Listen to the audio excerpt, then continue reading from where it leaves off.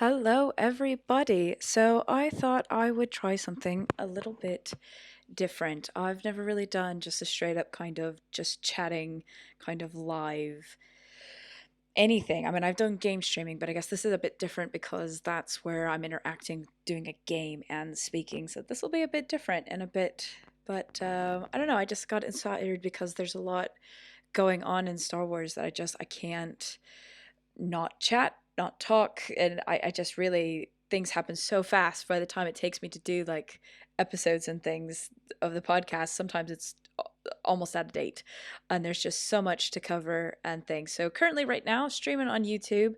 I've tried to send out the Twitter. Thank you for checking out. If you're watching on Periscope, please head to YouTube if you want to join the chat and kind of get in there. I'm going to post the link again in a second and things like that. But yeah, so if you haven't listened to the podcast before, there's some in on the actual YouTube channel itself. There are the QuickTime videos that I make. But what it is the premise. It is called Postcards from the Galaxy's Edge, and that is inspired by two things. That is inspired by the late great Carrie Fisher's book, Postcards from the Edge, and then obviously Galaxy's Edge, the new Star Wars theme park coming. So put them together, and what have you got? Biddity boppity boop, you've got Postcards from the Galaxy's Edge. And how it works is every show comes from a different canon planet. So, and what then usually happens is then I would give information about said canon planet and things like that. But we're going to go ahead, and today's broadcast, as you can see in the bottom right hand corner there, is from Ahch-To and things. And I don't know, I just always find it such a visually striking planet. And of course, Skellig Michael in Ireland, oh, it's definitely on the bucket list of mine to do that. So, of course, totally rocking the porgs tonight and things, and as my little one has fallen over. But yeah, so really just, oh god, what to talk about. So I just recently came back from Star Wars Celebration, and there were several videos and things that I've posted. I tried to do like a update video every day. The goal was to basically upload it that next morning, so I would finish Thursday's video and upload it. That didn't quite happen. That would have been great, but that's okay, and things like that. So, but I was happy, got them all done within about 2 weeks, or not 2 weeks, God, within a week of happening. But oh man, like I I had heard of something called the convention blues, and I didn't realize if that was actually a thing until Celebration. And once Celebration was over, I mean, I met some fantastic people. Met up. I mean, my highlight of my night was meeting up with a podcast that I really follow and listen to religiously. I listen to two predominantly. I'm following a whole bunch now, and I really want to get to everybody's content and things because I think, and collaborating. I would love to collaborate as well with other podcasters and things because at the moment I don't have a co-host, and I feel what makes a podcast work is if you have a co-host, because you can bounce off each other, you can have a conversation, you can make you can bring valid points, and just, I don't know, have a good conversation. It's harder to do that when it's just you. So with this live thing, where I am flying a bit solo and things, but I see 3 people are watching. Hello, please feel free to jump in the chat if you want and things. But so yeah, Celebration. Oh my god, so much to talk about. I flew from the UK, so I do have this weird kind of hybrid accent going on because I am originally from the States, but I grew up as a military kid, so I didn't really have a regional accent. But then moved to England about just under 10 years ago, and oh god, sorry, getting messages now. Um, so I moved here 9 years ago, 10 years ago. I work in the visual effect industry, and so now I have this very weird accent. And one of those things that accent is I emphasize my T's and D's and things like that. I made actually the lady in the hotel crack up because we got into the parking garage. There's one right there, garage instead of garage. And I came down to the reception and I was like, "Oh, do you have a trolley?"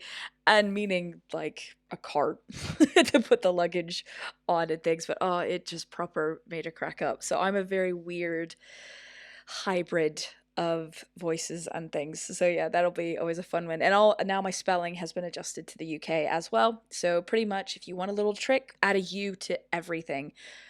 Color, flavor, armor, honor, any of the what kind of in North America or America, the United States, you just have as an OR. Pretty much put a U in it and things like that. But so yes, I arrived into Celebration on Thursday. It was a massive, oh God, I think because of the time change, I left at 2 a.m.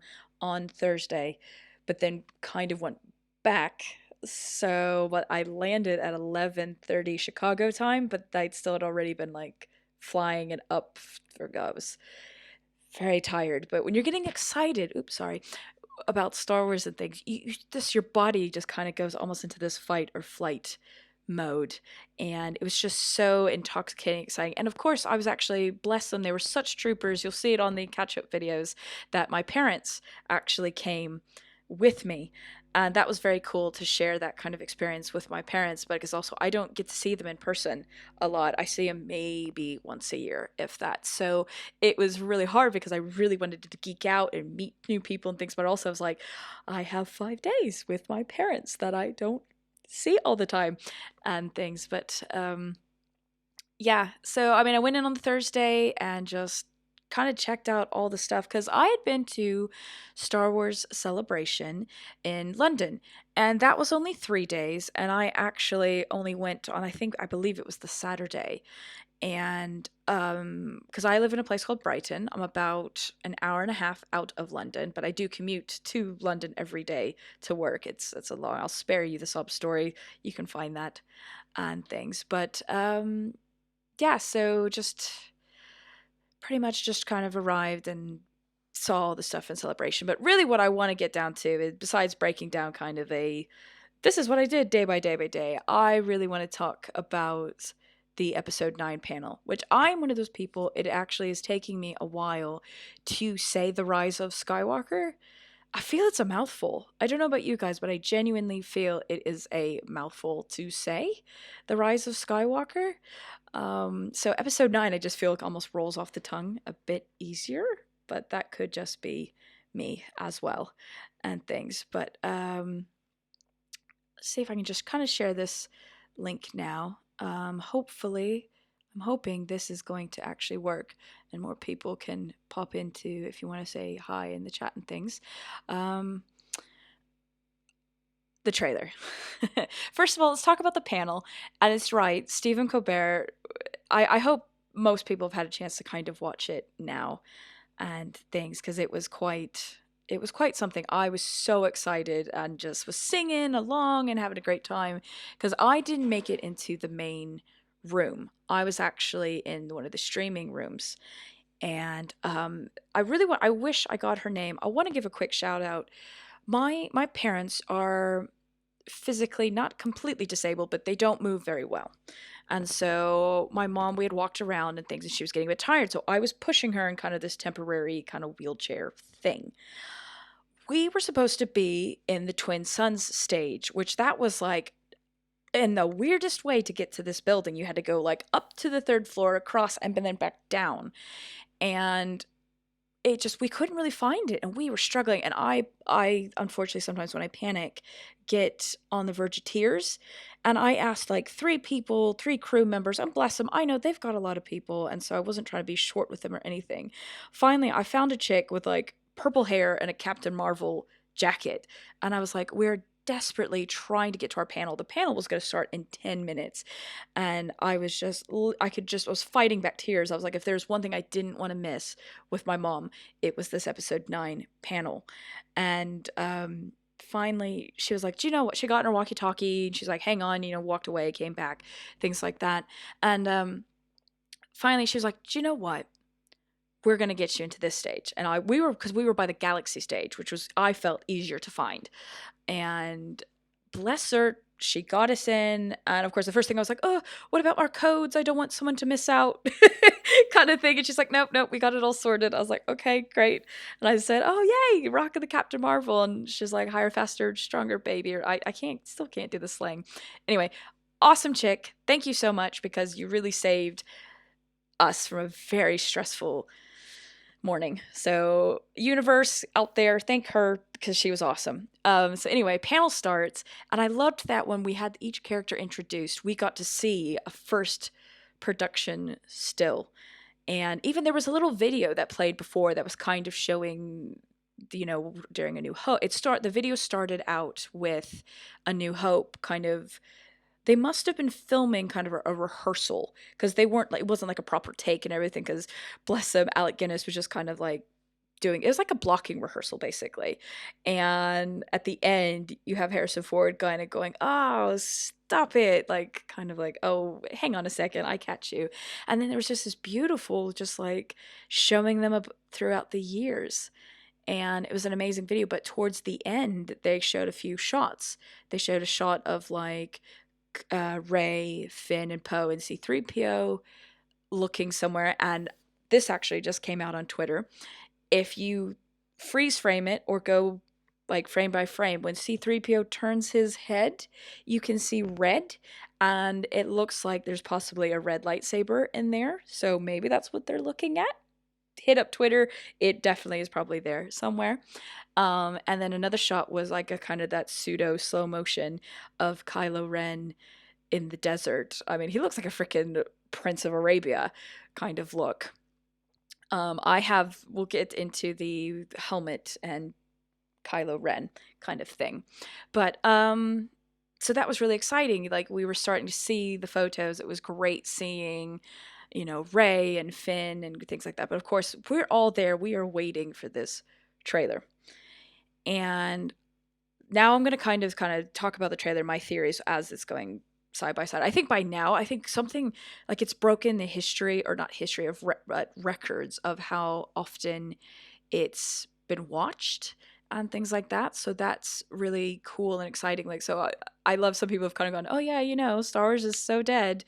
Um, but I think so. It obviously, probably everyone's watched this trailer several times, but it opens with Rey breathing, which obviously, of course, is amazing because it's in that whole just breathe. Like that was literally the thing that popped into my head immediately. But the way she kind of, it obviously is a fast edit. If you've watched anything on my previous channel, I also come from a trailer editing background, so I'm going to kind of throw in some editing lingo here. But it's a hard open, so it's a boom. We see Rey. Now, if you kind of look at her body language and her face, it's very reminiscent of the Force flashback in The Force Awakens. That kind of, oh God, where am I? So that's the first thing I picked up. I was like, oh, okay, she's in a reality somewhere. She is in a whatever, flash forward. I don't know. But the way Daisy plays it, it looked like a kind of, oh God, I'm moving my eyes around. What am I looking at? Everyone, I love this voiceover that Mark Hamill does. One thing I kind of want to throw out there.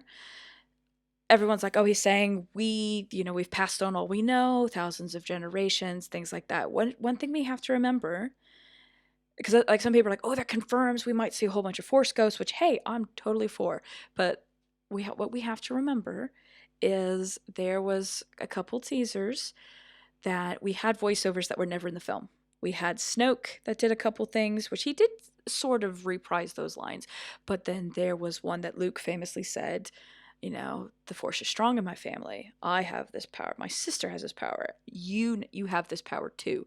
We never saw who this was said to. Of course, we all assumed it was Rey or somebody like that. And then there was even that famous shot of Maz Kanata's hand handing off the lightsaber to Leia, which I do wonder as well is also going to go into episode 9.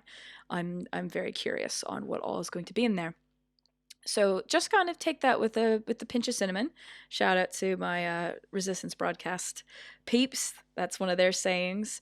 The pinch of cinnamon that this voiceover may not be in the film at all. Again, it's just purely marketing things. They're doing that now. I mean, Endgame, I've seen it, no spoilers. Definitely things in the trailer that's not in the film. Same thing goes for other trailers, but anyway, I digress. I don't want to keep going on this magical mystery tour. So anyway, I think it's kind of a training session. So anyway, we see the new costume. I love the moment where kind of she grabs the lightsaber, and of course the shot is quite prominent that you not only have the blaster that Han Solo gave her, you now have the Skywalker lightsaber. The other thing is, it's a shame, but I obviously it would be a bit clunky. But all she would need is Leia's ring on her hand, and she literally has something from the Fantastic Trio. But again, that ring would be a bit clunky, and obviously would be hard to fight in. But what I love is when she turns, it made me very much think of Crouching Tiger, Hidden Dragon, the kind of samurai brace and kind of look. I mean, it was very like 47 Ronin and things. Like, it really got me excited. I was like, oh, Homegirl has got her stuff in check now. I'm a massive fan of Rey. Um, yeah, I definitely I like Homegirl a lot. So, and then of course we get the TIE fighter. Now, kind of throwing in some visual effect things here. Some people are like, oh, there's two different backgrounds, things like that. That's very possible. The other thing is a lot of trailer shots are still what they call works in progress. So they're not the finished shot. There'll be some times where the background will be completely different. So yes, people are definitely right, but it also could not mean anything. It could literally just be, okay, you get the idea. It's the Wadi Rum, blah blah blah blah blah blah blah. But I can honestly say when I saw her flip over the TIE fighter, I don't even quite know yet which TIE fighter it is. I definitely think we're thinking it's Kylo Ren's, but it looks slightly different. I don't know. Oh, here's the one thing I wanted to say. Everyone's like, oh, is it Poe? Is it Finn? Or, flying it. One, it's the gloves, but if you look over in the shoulder, you can clearly see a cape. It is Kylo Ren in that TIE fighter. Now, as we were shown from the Last Jedi trailer, it could be a clever edit. Just like the hand reaching out, it the whole I need someone to show my place and all of this, and then cut to Kylo. And of course, it's two different scenes in the film, but I mean, that moment was still in the film, but in a different context. So again, even take that with a pinch of cinnamon that it's like, yes, that's definitely, soft boy in the TIE fighter, but again, it might do the same thing where it's almost like you get like a flashback or a force back version of this and then the actual version. Because later in the trailer, that same kind of gauntlet of that desert, we see the stormtroopers, the rocket troopers, and things like that, and Foe. God, I'm so sorry, guys. Finn and Poe and things like that are running away. So but there's like moisturizers and things, whereas in the beginning there's nothing, and this is why I also think it's a bit of a vision or training or something like that. But I think one of the other things I wanted to kind of point out in the trailer that I found significant and picked up immediately is obviously it's very interesting choice that they're using Leia's theme. Like, they're not using Rey's. Now, someone I saw on Twitter the other day was saying that the opening part before Leia's theme kicks in is actually Kylo Ren's. I need to go listen to that again and see. That would be a really cool kind of Easter egg in there that it's Kylo Ren's, and because obviously it's just notes, so it would be those chord progressions. So any music people out there, hit me up. I can have an ear, but I'm not one of those. Yep, that's a D flat. That's a E sharp. Like, I wish I was still that musically inclined, but I am not. But anyway, I do think it's a very interesting choice that they are using the Leia theme. Again, that could mean nothing, but I think that's a very interesting. Whereas obviously with The Force Awakens, which I feel is still the best trailer, had all the themes. You had the Force theme, you had the Leia theme, it all tied in.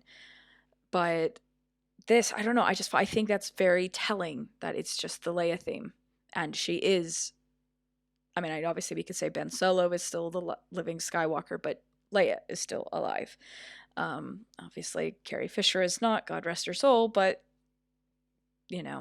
so that's the other thing. I think it's very telling that it's using that. Of course, very excited to see Lando. I don't know, and you guys have to tell me what you think. I don't know how I feel about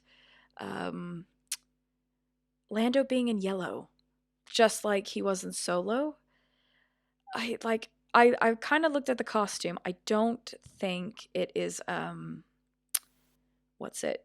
I don't think it's the exact same outfit from Solo, because let's be honest, that he is not in the same size and shape that he was in Solo. Obviously we know in real life was played by two actors, but I don't know. That's the only thing that kind of made me go, "Ugh, okay." But then the new Naomi Aki character was also in yellow. Again, just because she is another actress of color does not mean that she is going to be Lando's daughter. Just like people were like, Finn, oh, person of color, gonna be Lando's son. No, but it would make sense. Um, a lot of things people have also been going on about the ship looks very similar to the ship that Rey saw again in the Forceback vision. But I'm looking at it, that looks like the A wing in the new trailer, but in the ship in the flashback has more of a underbelly to it. So even though the exhausts are both circular, it's very similar. Kind of again, as we are in the YouTube generation of going frame by frame by frame. I do not think it's the same ship. That would be very cool. I do not think it is the same ship. Um, what else? God, there's so much going on in that trailer. Oh, here we go. So we see the mask getting put together, and I will hand on heart say at first I was not happy when I heard that the mask is getting put back together, because I was just like, I will be honest, I was in that camp of, oh god, are we going back, he's digressing, she's digressing, their characters made such strides. But actually, if you think about it, this is kind of how then when I sat and thought about it and things like that, no one knows the truth but them. Like, no, they have this like really secret. Like, I'm really curious how, I don't know if it's going to be covered in books or comics or what. Like, how does Rey explain a lot to the team? Like, and Chewie kind of has to be quiet and keep his mouth shut, or not keep his mouth shut, but like, Chewie, he willingly like took her to the supremacy. So what did Rey say to Chewie and things like that? So I guess for me, it makes sense. They've now, all of a sudden, they've really exposed themselves. Definitely did not go the way that they thought. So actually, now they think about it, it makes sense that maybe Kylo Ren is going to go back to what he knows, puts the mask on. Rey covers the scar with a leather strap, hiding that kind of, and maybe not hiding is the word. Maybe more like, I'm just going to bury it. I'm not going to deal with it kind of thing. But one thing that got to me, and what limited footage, very limited footage we saw of Kylo Ren, we actually don't see him wearing the mask. We see the mask being put together, and it clearly isn't his hands because it's very furry and things. So I don't know. Does he even? It even leaves the question: does he even wear the mask? It's being rebuilt, but does he even wear it? But anyway, there are some great podcasts out there. I will try to link them in the description down below later, or tweet them out. That there's a famous Japanese art style, and I'm so sorry the name escapes me, that is very reminiscent of what the Kylo Ren helmet looks like, where they take gold or something and mend together pots and bowls and things like that. It's very interesting. There is definitely a lot of Japanese culture and art inspiration in this. And again, like I said earlier, with the Rey turning and looking over was very Crouching Tiger, Hidden Dragon. I mean, I was waiting for her to just almost have like the fingers out, ready kind of strike. But so I don't know. I don't. Oh, I lost my little porg buddy. There we go. Um, so yeah, he's not gonna sit still now. Okay, fine. um, so I think it's interesting that when we do see him, we don't see him with the helmet. Um, so that could mean something. I don't know. So anyway, so let's get to the last part. We get the Luke voiceover, no one's ever really gone, and I'm just thinking, oh man, look at this ocean, things like that. Oh my god, that's the Death Star. Cut to black, and of course it is the cackle heard around the world. And again, hand on heart, I am not a huge Palpatine fan. I think what they did for the arcs, in the prequels really fleshed out his character. Sometimes that is what I use as like kind of a playing devil's advocate when people were going on about like how we didn't know a lot about Snoke. We didn't really know a lot about the Emperor when the OT was out, and that was it. We got more of Palpatine's story, obviously, with the prequel trilogy, and then that's why now that we know so much.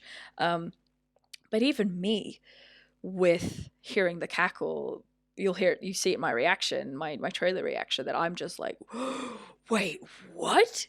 And I just get so excited. And I'm actually like shouting, what's it called? What's it called? What's it called? And then they reveal the title.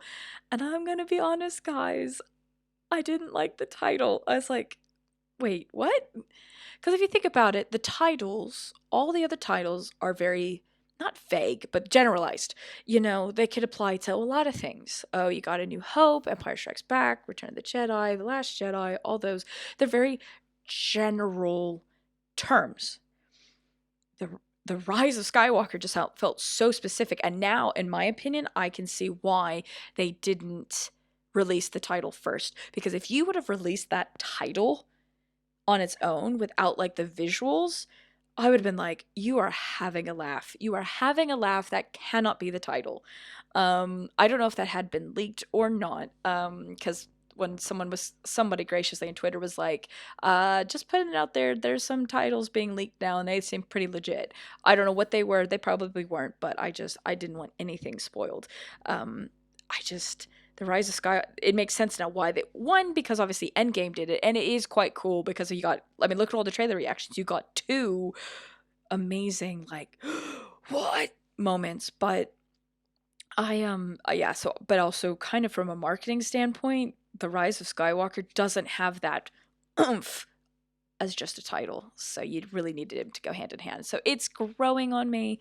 And some of the things that obviously is bringing into the debate, or not debates, but the kind of nice speculation conversations is Skywalker turning into a moniker for the Jedi Order? So instead of being called the Jedi, are these new Force users in the future, are they going to be called Skywalkers? I don't know. I mean, I don't know what you guys think and whatnot, but I feel like I'm gonna kind of just chat real. I feel if I can type. It's like nearly 2 a.m. here, but I don't know. Like I kind of that was like what I jumped to when I saw the title, The Rise of Skywalker. I was like, that is going to be the name of the kind of new Force users or whatever. And then you could even have it to where then like, okay, your dark side users are going to be the Knights of Ren, and then your light side users are going to be the Skywalkers. But then I also understand that that's not quite Jedi. I mean, they brought this up in a really a good point on the podcast Rule of Two, that Jedi, I mean, you say Jedi, people know what it is. I mean, it's in some states a documented religion. So I don't know. I don't know. This is where the speculation becomes like fun and things like that. But yeah, I just that's what my immediate thought was the Rise of Skywalker. Okay, Skywalker is now going to turn into a title, not a thing. Or in my head canon, Ray, I hope, is still from nowhere, is nobody, because I think that's a very powerful choice. I understand people don't agree. I will graciously, agree to disagree. That's great. But I liked that. And I guess the only way she could still technically become a Skywalker, she takes on the name. So she's not a Skywalker by blood, but she takes it on as like, well, you know what? I'm Ray Skywalker. So then you kind of get that. I don't know how that plays in with some of the kind of team ups and things like that, but yeah. So that was just episode 9. The other thing is I have recently been listening to because I'm dyslexic, I don't read very well. So audiobooks kind of save my life. And I just have been listening today to the Claudia Gray Master and Apprentice. And it's quite interesting.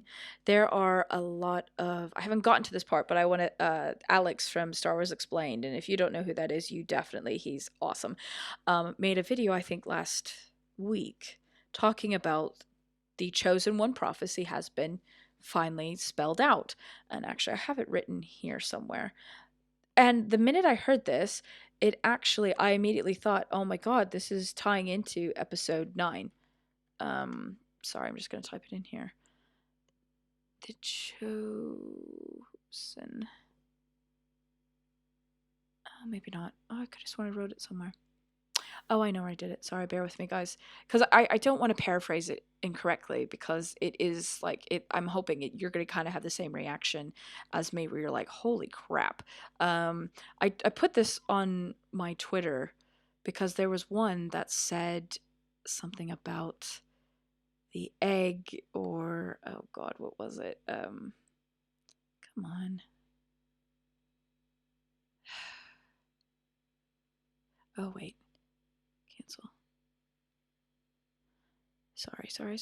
Bear with me. Sorry. There we go. Got it. Open. Um, Here we go. It made me think it's very much like what Snoke said. Darkness rises, light to meet it. Right. Cool. So here is the full-on kind of chosen one prophecy. A Jedi will come to destroy the Sith and bring balance to the Force. Only through sacrifice of many Jedi will the Order cleanse the sin done to the Nameless. The danger of the past is not past, but sleeping in an egg. When the egg cracks, it will threaten the galaxy entire. When the Force itself sickens, past and future must split and combine. A chosen one shall come, born of no father. Through him, the ultimate balance in the Force is restored. Now, there are a couple stances. I don't know. It's not like a poem, but there's a couple things in here that made me think episode 9. So basically, the only through sacrifice, when I thought of their only through sacrifice, actually the first thing that popped into my head was Han Solo. Because in my opinion, I think he crossed that bridge knowing there was a good chance he could not be coming back, kind of thing. And I'm genuinely hoping that it's now kind of almost a minor niggle now, but I'm genuinely hoping that his sacrifice wasn't in vain. I think this is why I am a fan of Ben Demption. Like, I definitely, again, I really try to take kind of other people's point of views and take them on board. And I definitely like hearing both sides because I'm like, oh, actually, that's a fair point. So I do respect and understand when people say, oh, but it's so cliche and blah, blah, blah. Totally get that.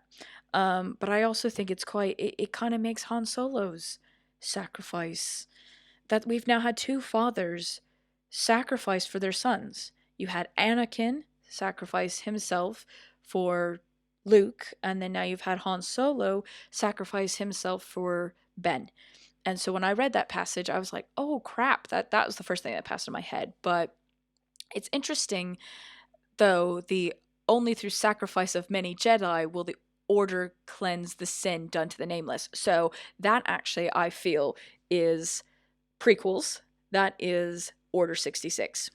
Because this is the thing. I feel these stanzas, again, I wish I knew the proper English term, but these are all referencing different parts of the 9 films. So, a Jedi will come to destroy the Sith and bring balance to the Force. That's Luke. Boom, in my opinion. Luke did that, done. But then that second one, only through sacrifice of many Jedi will the Order cleanse the sin done to the Nameless. The Nameless can be a couple things. The Nameless could be the clones, because that's nobodies. They're literally just numbers. I mean, there's a few. I confess I have not watched the Clone Wars. Don't crucify me, but that's what I thought.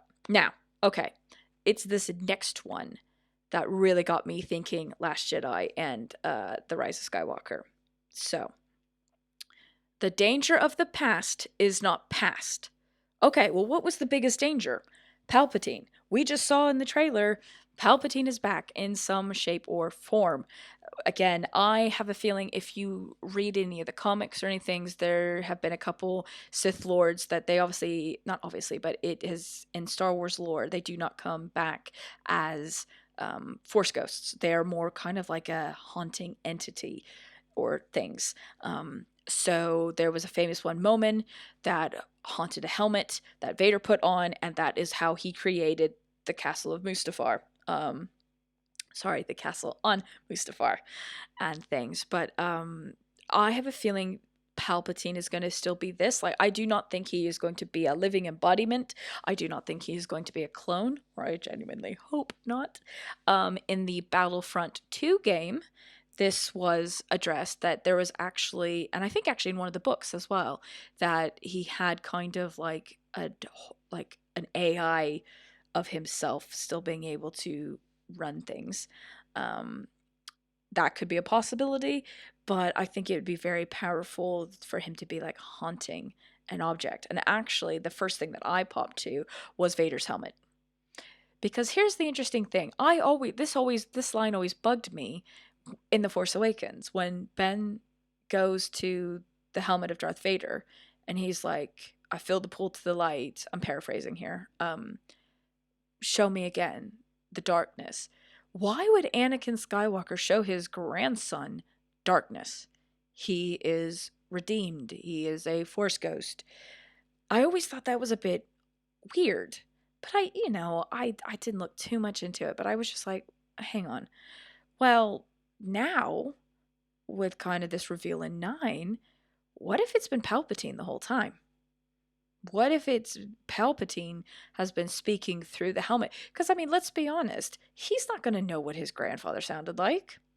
I mean, hell, Luke didn't know what his grandfather sounded like in, like a normal voice. So, for all he could know, Palpatine, who, again, we also know is a master manipulator, could just be pulling Ben's strings and getting him to do what he wants to do. But, sorry, guys, bear with me.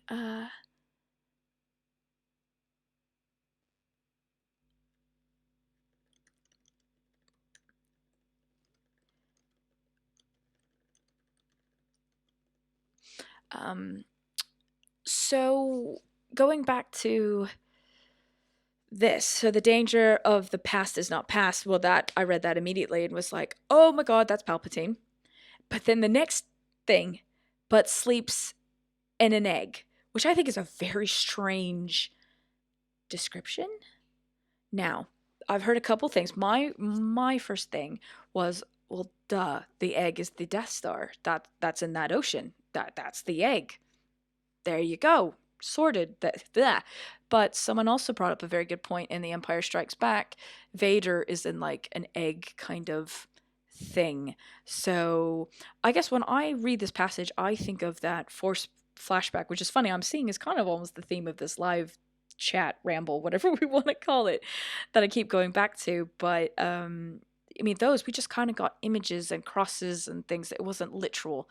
And it's funny, actually, they say that in this book, Master and Apprentice, that prophecies aren't meant to be read literally. So, um, but so anyway, the next passage, again, breaking it down, is that when the egg cracks, it will threaten the galaxy entire. So again, kind of going back to that episode 9 trailer, we see it clearly cracked. The Death Star's been destroyed, blown up, blah, blah, blah, blah, blah. And again, we're now hearing the Palpatine cackle and reveal. So this one also, what made me think of The Last Jedi. When the Force itself sickens, so when stuff is just getting so bad, past, Kylo Ren, future, Rey, must split and combine. Well, what happened in that Praetorian... So actually, sorry. The Force itself sickens, Snoke. Past, Kylo Ren, even though he's standing there constantly always going, kill the past, kill the past, kill the past, and that. And then the future, Rey, must split, who literally got cut in half, Snoke, and combine. Those two, for even a brief moment, were in complete harmony. It's the only word I can think of when I watch that scene, is complete sync and harmony. She is so ferocious, he is so calm. When the opposite, when they're not in battle, they are the opposites. So anyway, that's what, and then of course, then later when they both started kind of going back to the, I feel like the Force is always like, all right, you two, back to your corners, because it happened on Starkiller Base. They couldn't get along, so the Force is like, nope, okay, separating you two till you sort your crap out. Or then you have the lightsaber breaking, split and combine. So that was also the first thing that literally popped into my head. I'm interested to see if anyone else has any different takes on that passage, but that I found very interesting. And then, of course, this last one that I think going round is a chosen one shall come, born of no father, and through him, it does say him, the ultimate balance in the Force is restored. But him could mean the lightsaber. It doesn't have to be a physical him. So maybe that's where the legacy the Skywalker lightsaber comes from, which a lot of eagle-eyed people caught, and I caught myself. It is repaired in the vision. There's like this rubber kind of looking band against it. But I have a theory. Remember, obviously, in Luke's force projection on crates, he had a lightsaber. Hell, he had the lightsaber in his hand that had broken 5 minutes prior. Same thing. This may not mean that is how it actually looks. We had only seen it in that kind of scene. I don't think we saw it anywhere else. So again, it may look like that in the vision, but I would love it to be crackling just like his, but be blue. I think that would be quite cool because it's unstable and things. I also would love it to have it to where Rey is struggling and actually Rose, also being a mechanic, suggests a way to fix the lightsaber, and it's kind of that aha moment. But I'm just really looking forward to having a scene with Rey and Rose together. I think that would be quite cool. I like the girl power. I think we're now in an age we don't need to have women competing with each other. We get enough stuff as it is. Let's just lift each other up. That's my one political statement per post. Um, so that's my other theory, because again, I'm also very much in the camp of I would love to see her with a double lightsaber, and when the lightsaber did literally split in two, I was like, oh my god, that would be amazing. But I do think if you look at her holding the hilt in The Last Jedi, I do think the crystal is still intact in the one side, so who knows. Again, it's one of those, if we don't get a double-sided, fine. I think that still would have been cool. To then you have Darth Maul, episode 1, bad guy, Rey, episode 9, good guy. But yeah, I don't know. We'll have to see. But yeah, I just trying to think where I was going to go from here, because I genuinely didn't mean to go until almost a 20-minute spiel about this prophecy, but it really got me excited, and I'm genuinely hoping.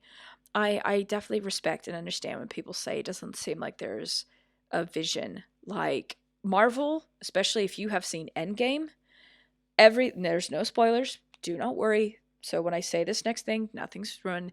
But when you watch Endgame, because you have had 11 years of films, all the things in Endgame pay off so well. And again, that is because there has been this massive vision and plan. Of course, there's still some things that the timeline you're like, wait. But for the most part, everything is just like, wow. Um, I'm hoping that maybe we've all been doubting Thomas's, or what other terminology you want to put on it. A Debbie Doubter is another one I've heard. That maybe we just need to be patient, and maybe there is going to be this massive payoff. But even then, I'm not going to sit here and go, oh, I hope I have a great payoff. I hope I have a great payoff. I think for me, and I don't know about you guys, but I think for me, I just want my Star Wars films to have something new, something I haven't seen before. And I'm excited. So, I mean, I definitely am critical. I'm not one of those, oh, if it's Star Wars, I love it. Like Solo, I'm all for make Solo 2 happen. However, I do feel Solo, in my opinion, is the weakest entry, but I did enjoy it. Definitely moments I really enjoyed. I'd love to see more with Kira. I think that's really exciting and interesting and things like that. But there were some things that really felt very fan servicey, like how he got his surname, Oh, I didn't think we needed that. And when Beckett, I know it sounds like a really random one, but when Beckett put the Lando Calrissian, the guard, I'm sorry, the name forgets, leaves me, but the outfits to be like, it's the, I always thought when I saw Lando wearing that in Return of the Jedi, I figured, oh, he's, he conked someone out in the back alley and he stole his, guard uniform. Now it's like, oh, it was randomly on the Millennium Falcon for years. And I don't know, like, if you're gonna have a throwback, definitely have it so we can appreciate it, but then don't do it too much. So, which is funny, which is actually gonna lead me into something I did want to talk about, which was The Mandalorian. Now, I have been having faith about The Mandalorian from the beginning because I've actually worked with Jon Favreau on a couple of other projects. Not personally, not like he was literally like sitting right next to me and like, "Hey, John, what's up?" But um, I've heard him on a nightly basis kind of discuss his process, his working process. And so, knowing how he's applied that to the Jungle Book and Lion King, I knew he would apply that to the Mandalorian, and that showed perfectly in the panel. Um, Him and Dave Filoni really are on top of it, and it's in really good shape, I think. And just some of the footage we got was amazing and things. There's leaked footage. I didn't record it because again I was in the streaming room again, so let me tell you, there were people literally in like they looked like CIA. We had black coats and things, walking, pacing up and down the aisles, um which I kind of knew that meant we were getting stuff that no one else was going to see, because Disney is very tight on security. Not in a bad way, not in a totalitarian way or anything like that, but they are very much about, and it also, it's kind of nice to kind of go, oh, we got something kind of exclusive. Um anyway, I kind of want to talk about what was in the footage, but again, I don't know if I should. Feel like I was my place, but basically the music, it was really exciting. I was something that really got me excited was the music, because of course it's not going to be John Williams, so that was exciting to hear that. And it almost kind of had like a Arabian pipe, like a pipe instrument in there, and that was a really cool choice and things. And the land, I mean, it feels like it definitely feels like Star Wars and things. But it would be hilarious.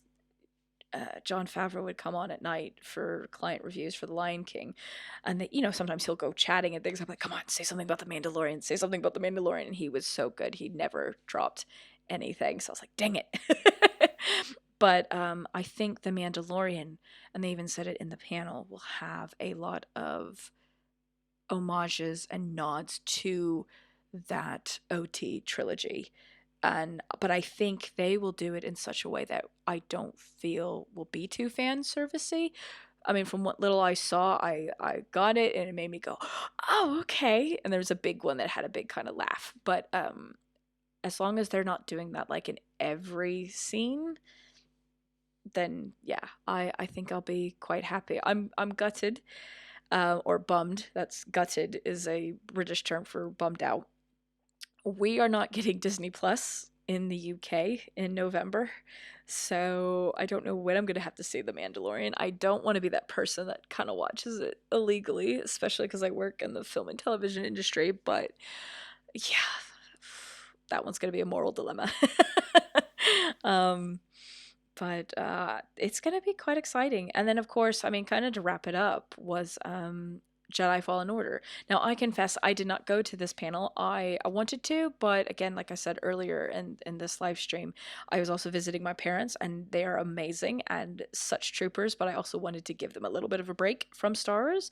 So we kind of did, but kind of didn't. I went to a Cubs game, and actually, ironically, Jon Favreau threw the first punch, or I keep saying this, not punch, pitch, um, for the Cubs game and everything. But what I watched from Jedi Fallen Order, I think is really cool.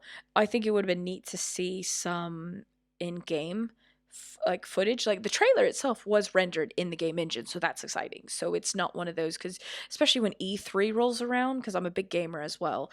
When E3 rolls around, you're kind of like, oh, okay, what's these exclusive games? And you see these amazing trailers, but I always look for the not actual footage or in rendered in-game engine or whatever, because nowadays you can make an amazing trailer. I mean, how many games have come out where you got the trailer and then all of a sudden you're like, wait, that's not what I thought I was getting. Um, Fingers crossed. I hope that is still, what we saw in that trailer is going to be good. I would love the game to start where you are.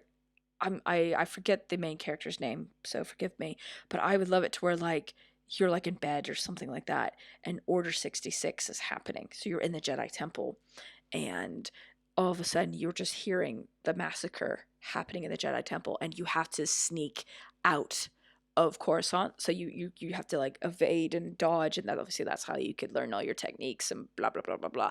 But I think that would be really cool if that's kind of how the game starts. And on that kind of note, a random thing that just hit me the other day, correct me if I'm wrong. I don't watch the prequels a lot, so I don't jump to these details as much.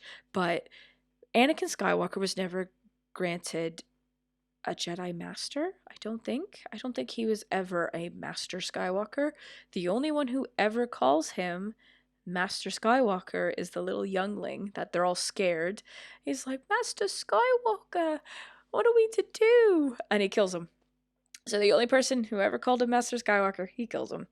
But I also always wanted to know, can their eyes, when they go Sith or not, go in and out? Because Darth Maul's didn't, but Anakin's did. I've always wondered that. Can the eyes go in and out? There's got to be some lore written about that somewhere. But yeah. I mean, just really gonna wrap this up because I've been chatting for about 55 minutes. Thank you to the 3 people watching. You've been amazing. And actually, there's probably some more people on Periscope and things. I don't know, it's just kind of a bit of a fun thing to do because there's just so much more I wanted to talk about that I, I didn't want to wait and try to find someone to be a co-host and talk about the prophecy findings and things, because like I heard it in Alex's video, and I listen to a lot of videos at work. I don't watch them, but I listen to them in the background, and I literally just like heard that and ripped my headphones off. It was like, holy crap. So yeah, just wanted to kind of just, I don't know, get all that out of my head and have a chat and just kind of try this live stream where I'm not playing a game. Because traditionally, when I do live stream, my Twitch channel is Shenanigan Plays, and I play Star Wars based games. Traditionally, right now at the moment, it's Battlefront 2.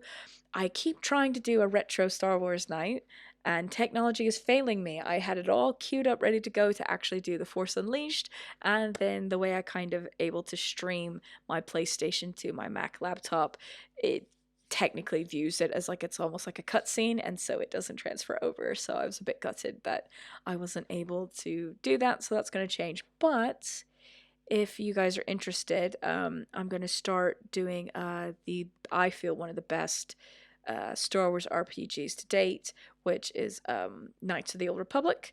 Gonna start streaming that and just kind of having a chat, and then if there's enough people, heck, let's decide the fate together. I mean, I've played the game 4 times and I've done both dark side, light side, love interest, not love interest. Um, and it'd be fun. It'd be fun to have somebody else or people in chat or something kind of being like, oh no, make him do this or that and things. But yeah. Well, anyway, I just wanted to say thank you for everybody who kind of checked this out, and I'll definitely see you guys all on Twitter and things. But if you like this, please hit that like and subscribe button, and I will have some more episodes and things later. But with that, I will talk to you guys later.